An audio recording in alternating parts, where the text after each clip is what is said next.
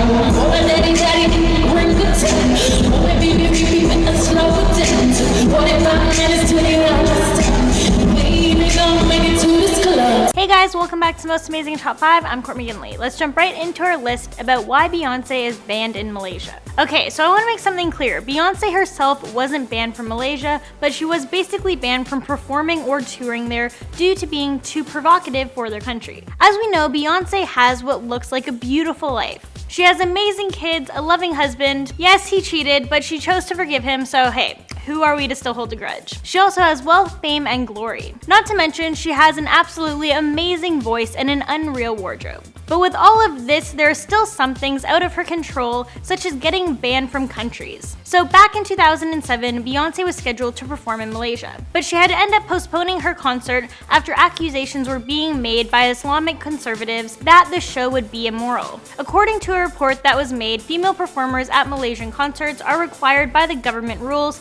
to cover up from the shoulders to the knees with no cleavage showing. Malaysia is a mainly Muslim nation of 27 million people who have a very strict dress code. And when they heard Beyonce was supposed to perform, they objected to not only her clothing choices, but her dance routine as well. The opposing political party frequently objects to foreign acts visiting the country out of fear they will be too provocative with how they dress, act, and speak. As we all know, Beyonce performs in absolutely amazing and beautiful outfits. But they're not all that conservative. The girl likes to show off some legs, abs, booty, and cleavage. But I mean, with a body like that, we can't blame her. She's known for her bold style. Instead of wearing her usually sexy skin-bearing outfits, she would have to wear costumes that completely covered her body from the shoulders to her knees. A source close to Beyonce also stated that the issue was beyond what was being stated. About this, the source said, "It's also beyond dressing. She has to change the whole show. Basically, the ministry wants her to stand in front of the microphone and open her mouth.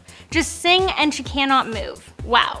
Now, I can understand the dress code thing because of cultural respect, and I'm sure Beyonce would have been fine with that. But then asking her to pretty much give up all personality and creativity and not even be able to dance, that's a little odd. How can they expect her to give an amazing performance if there are so many restrictions? A statement was posted by a Malaysian entertainment company that was organizing the concert, and they said, "The Beyonce concert that's part of her world tour would be postponed to a date yet to be announced. The postponement is solely the decision of the artist and has nothing to do with other external reasons." Well, yeah, when you basically tell the girl she can't even move during her performance, what do you expect? The company also said a new date for the concert would be announced shortly, and a statement from Beyonce's management would be released later that week. I just don't understand why they would approve having this concert in the first place, and having their venue added to the lineup, selling tickets, and then once all of this is done, they decide they need to enforce all of these rules. You think all of this would have been discussed in the beginning stages. So anyways, after all of this, Beyonce ended up canceling the concert altogether, as she feared her performance may have started a protest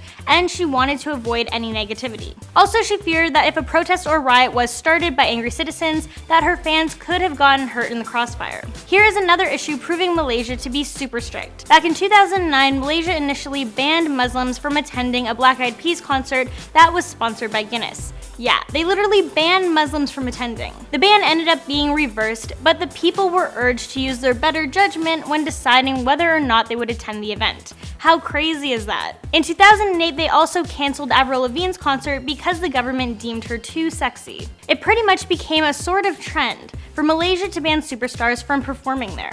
They've just come up with so many restrictions coming from various authorities. Malaysia actually made international news time and time again for banning concerts due to the strict rules they impose on performers, especially females and rock bands. And as it turns out, Beyonce had to call off not one, but 2 of her Malaysian concerts. Yeah, also in 2009, she had to postpone and call off a show due to the same issues. She wanted to go and perform for her fans, but she was having the Islamic conservatives go after her and accuse her show of being immoral. B's husband Jay-Z also has his share of being banned. As we know, China has a history of banning American performers. Somewhat recently, the bans have been for supporting the Free Tibet movement and the Dalai Lama. But Jay-Z was thought to have been disliked by the Chinese authorities for references to drug dealers, pimps, violence, and guns in his music. And there you guys have it. That's our list about why you won't believe Beyonce is banned in Malaysia. Thank you all so much for watching. Let me know what other lists you would like to see down below. Don't forget to show some love by giving this video a big thumbs up and subscribing to our channel. Also, feel free to binge all of our other videos, and as always, I'll catch you guys in the next one.